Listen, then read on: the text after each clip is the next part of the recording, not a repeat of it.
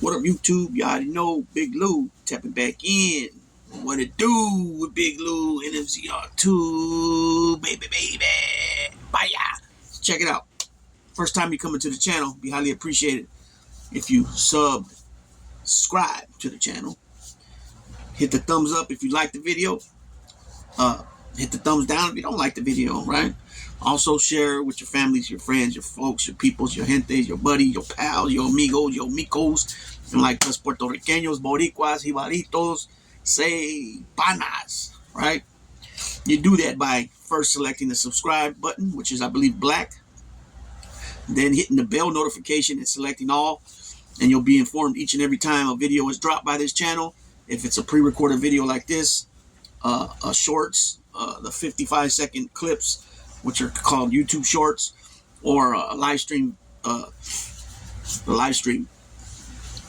did a live stream a couple days ago, and I'm looking forward to not only looking forward to it, but actually doing the work, getting back up on the saddle again, and taking on doing some live streams at least once a week, if not 2 or 3.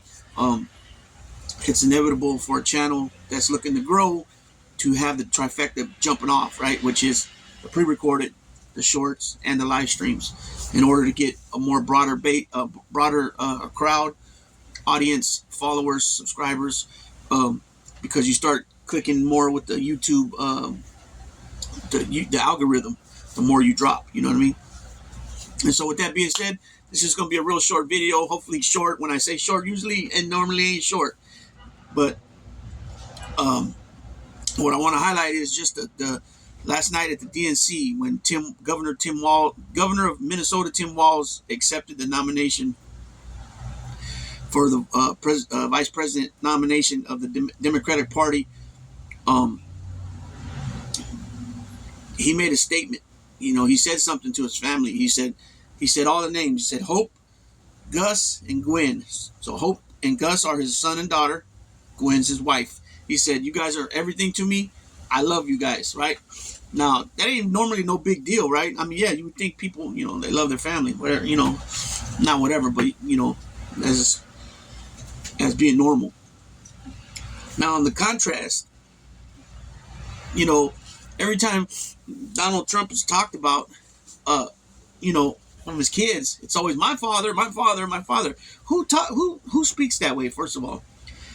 Normally you say my dad, my daddy, depending on how old the kid is, and even daughters still call their dad daddy, no matter how old they get sometimes. Pops, my poppy, my, something. You don't hear people say my father this, my father, my father, my father. That's like, father is like, yeah, that's the technical word for the male, the mother and the father, you know what I'm saying? But nobody who goes around saying, hey, let me introduce you to my mother and my father. They usually don't say that. Usually, let me introduce you to my mom and dad, right? Or here's my parent. Let me introduce you to my parents. It's just so weird how, coming from that side, and it's real simple. I'll put it like this. When the man was going to court every day in New York, not until the press and other people on podcasts and stuff, big time podcasts start saying, like, where's this guy's family? His wife's not even there. His kids ain't even there. Killers' family members come to court to support them. Murderers, right? People that has been caught up in the system for things as well. They have somebody from their family there supporting them. But you got this billionaire who, he's the best of this and the greatest of that and all this and that, has nobody in the courtroom. And then finally, when this was reported over and over again from different outlets, then all of a sudden Eric Trump shows up. No, I think it was Don Jr. first showed up, I think, if I remember correctly. One of the sons showed up first, and then you didn't see him, and if they were there, it wasn't made known by the media. And then couple of weeks go by, and then all of a sudden one shows up again. But then you got all these MAGA cronies that are showing up for him, dressing up as he tells them, wear a red tie, a reddish tie, you know what I mean? And they're just spewing nonsense. You don't even know what the crime is. Now that's irrelevant, but back to the point. It's like these people, it's like it's foreign to them to show love for their dad, to show love to their kids in public. I don't even think they do it at all anyways, but, and we got people from their family, such as Fred Trump III, which is Donald Trump's oldest brother, Fred Jr.'s son, which is Mary Trump's brother. Don't get it confused with Donald Trump's sister, Mary Trump Berry, right, who was a federal judge. She recently passed away, maybe in the last year, 2 years maybe. Okay, this is Mary Trump, his niece, who is Fred Trump Jr.'s daughter, which is also the sister to Fred Trump III, right? These are actual Trumps. These people are Trumps, and they will tell you the dynamics of the family growing up and how weird things were, right? And the reason I use the word weird, because Trump says, oh, I'm not weird. I've never been called weird. No, you're very weird. People have been calling you weird forever. Anybody that talks about sex and their daughter in the same sentence is just weird, period. You know what I'm saying? And then to see a 10-year-old girl, or definitely a little baby, a little child, going up escalator talking about, oh, in 10 years I'll be dating her.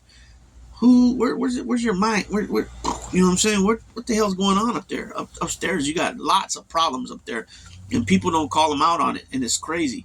What they used to call them out, they used to call him a kook and all that. Lindsey Graham and all these other dudes, Marco Rubio, Ted Cruz, they're on the money. What they said about this dude, but somewhere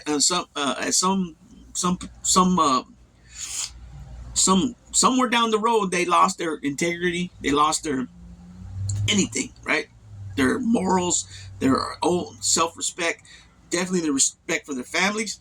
Because anybody that goes after my family in the way that this dude has went after so many of these people, and not defend your family, and then turn around and start licking on his back of his heel of his loafers, you know what I'm saying? It's like that's just ultimate disrespect yourself, your family, your friends, anything that you really represent.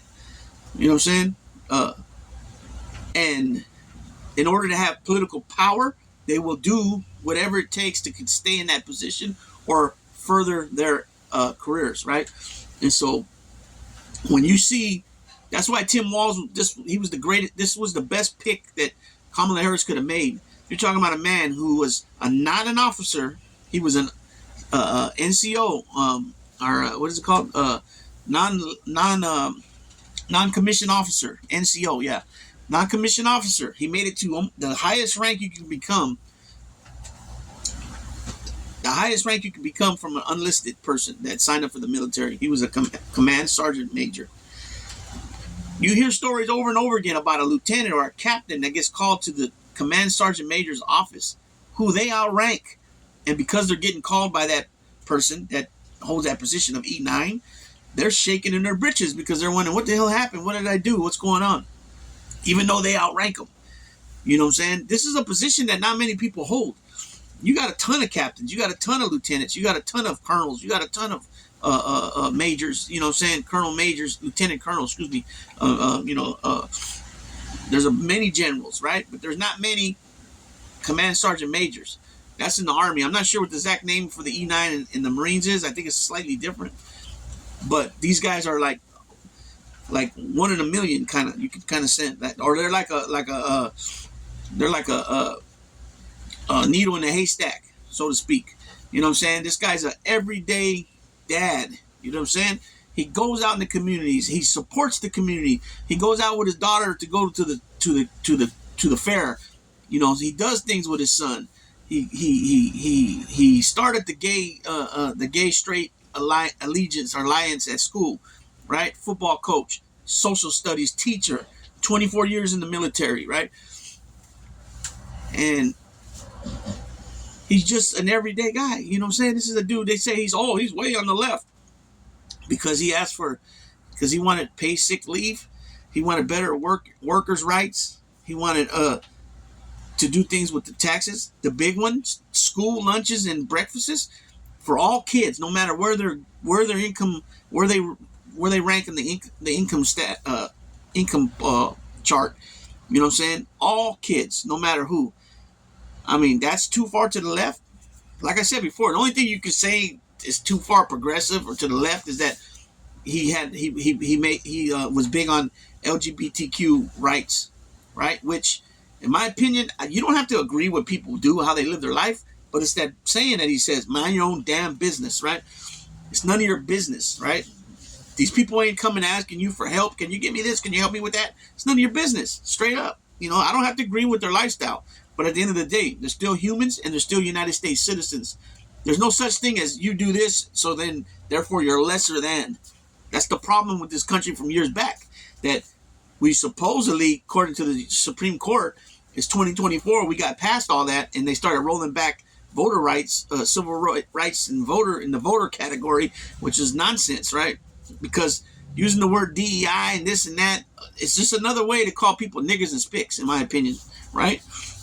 And you can take that how you want. I'm just telling you, and it's not with the hard ER, you know what I'm saying? Because I would never come on here saying it like that. First of all, and that word don't even come to my mind. It's just the fact when you grow up on the streets and you grow up going through the system and jail, prisons, and all that. This is a word that's always used. Now I reference it in the slider way with the A at the end, but you guys know what I'm trying to say or what I am saying. And so it just verts back to the man is a family man. So many of his students, so many co-workers, so many people that were even in his platoon or in his artillery, his first 125th artillery unit. They don't agree with him politically, but they'll tell you straight up he was an honorable soldier. He did what he had to do, and he stood longer, and he had that right to retire, right? No matter what. And just put it this way, it's only obvious. If you put in for retirement, especially at a position like command sergeant major, that's very important. If you put in retirement and it's not the right time for you to go, as far as in the eyes of the United States Army, they're not going to allow you to retire. They're going to tell you, no, it's not right time, and now, denied. Request for retirement denied. I don't know if they give the reason why when they do that or not, but we know that they would turn it down if that was the case, and that wasn't the case. So for this notion that, oh, he this, he that, he abandoned his platoon, you got guys that, yeah, they might have felt, because there's feelings. Feelings don't trump facts. No pun intended, right? If you say that he left us, he ended up retiring, and I felt like he left us, that's okay to feel that way, but is there any merits behind it? The actual feeling, you know what I mean? Does it really validate, does your feelings that he abandoned you, does it really validate treason, desertion? No, it don't, right? That's the problem, is that there are a lot of people who work with feelings over facts, or alternative facts, like Kellyanne Conway said, right? And that's bogus in itself. I mean, I don't even see how she can even let that come out of her mouth, knowing how ridiculous that sounded. So, and then to say stolen valor, oh, he wasn't a command sergeant major. No, he was a command sergeant major. Thing was that you have to be at that rank for 3 years.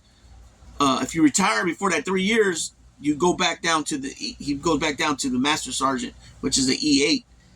And then you also have to read some books and all that, so I don't know which one he didn't comply of those, you know what I'm saying?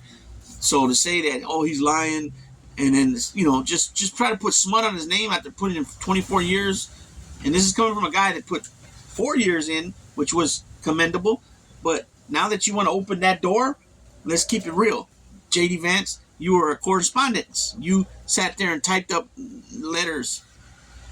articles, for probably Stars and Stripes or something, right? You were in a tent with an air-conditioned tent that you just wrote stories on soldiers, on commanding officers, on platoons, brigades, whatever, you know what I'm saying? And that was it.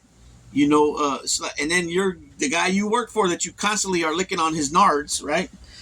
You got to make every excuse, but without making the excuse, So that's one thing I can't say about J.D. Vance. He can go like this, have his eyes on the prize, which is winning, right? And no matter what the press asks him, he can pretty much just keep it going forward. We're really having to take any steps back, but in reality, they are taking steps back, because the shit that he says is anybody that's really paying attention and listening, that ain't already just under the spell of the Trump spell, they're going to be honest about things. And that's what you don't get with these people that are so-called the base. they agree with everything Trump says. Everything Trump says is gospel, and that's not what you get in the Democratic Party. You're going to say, yeah, I don't agree with everything Biden says or does, or Harris, or Clinton, or Al Gore, or Obama, but at the end of the day, I support them. You know what I mean? And so that's the difference. On top of what I'm telling you about here, how normal it was to see, and how it was a nice game changer from the nonsense the last 9 years of this divisive bullshit from the right, Donald Trump himself, where everybody fell in line eventually, right?